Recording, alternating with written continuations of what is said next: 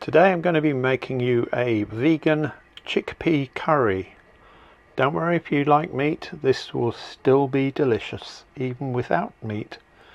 And anyway, once in a while having a vegan or vegetarian meal will do you no harm whatsoever.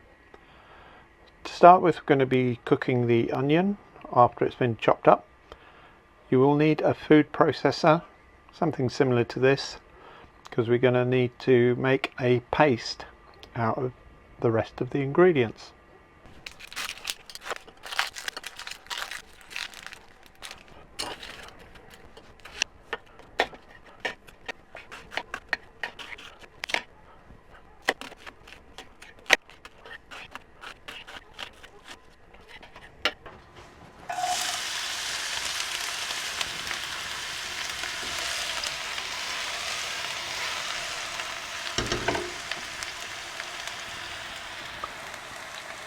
So that's the onion in the pan first, and we are just cooking it a little bit for about 7 or 8 minutes. And to that we're going to add a teaspoon, just 1 teaspoon of Kashmiri chili flakes.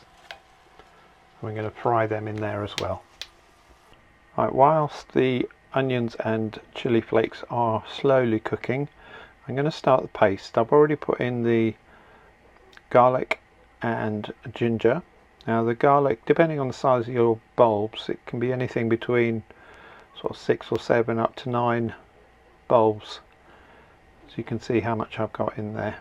And to this I'm going to add about a tablespoon of oil, and I've added to the garlic and ginger, I've got coriander, cumin, garam masala, some tomato puree, and I'm going to add the onions with the chili flakes in there once they are translucent, so semi-cooked, which is very soon.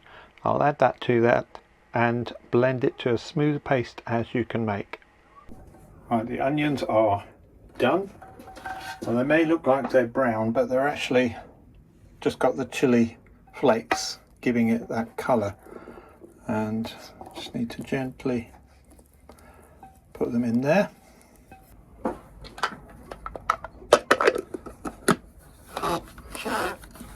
Put the top on, and I'm going to blend that. There you go.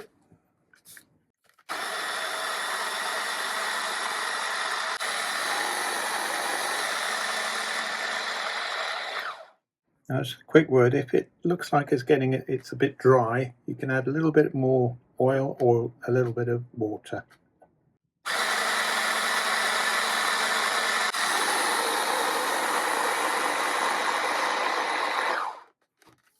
Have a quick look just to check.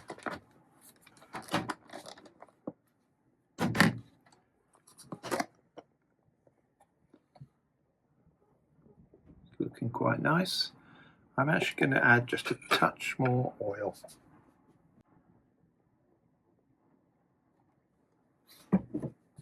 Just a teaspoon for now.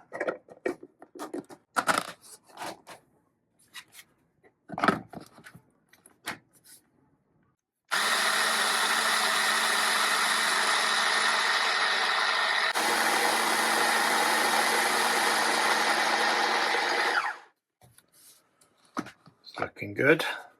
Just take a little bit out for you.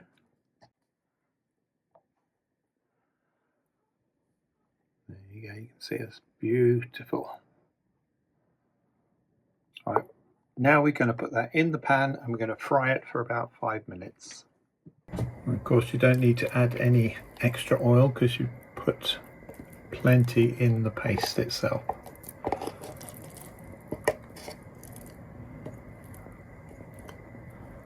Turned out really nice, and yes, this is a little bit extra washing, but I think it's worth it.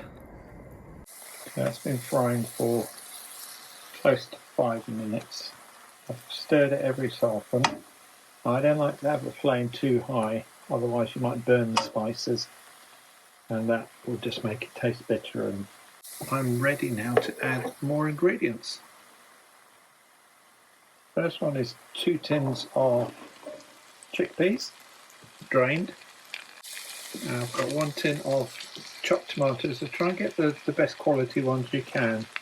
If you buy the supermarket ones, they tend to have an excess amount of water in them to make up the weight. So I read somewhere that the law says they only have to have 40% tomatoes in a can of tinned tomatoes, would you believe? How incredible is that? So now I spend the extra money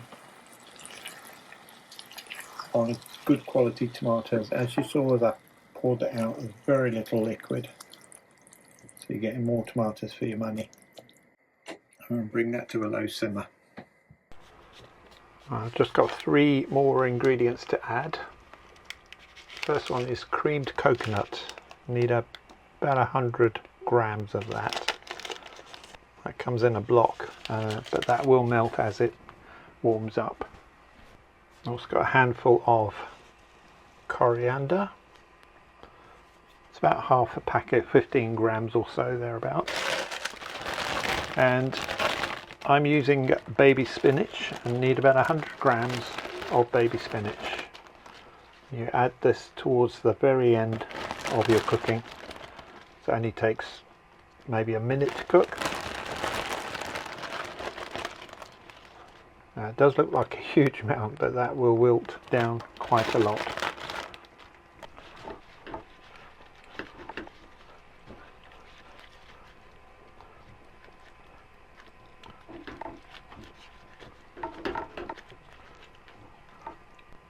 As the cream coconut warms up, that will melt, as I said. Once that's done that, then we'll give it a good stir, turn it over so it all mixes nicely.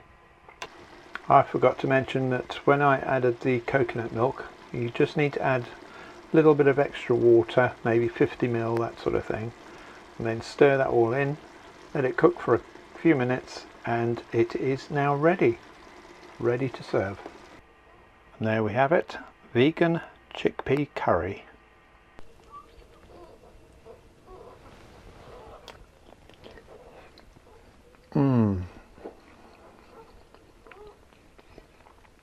Yum.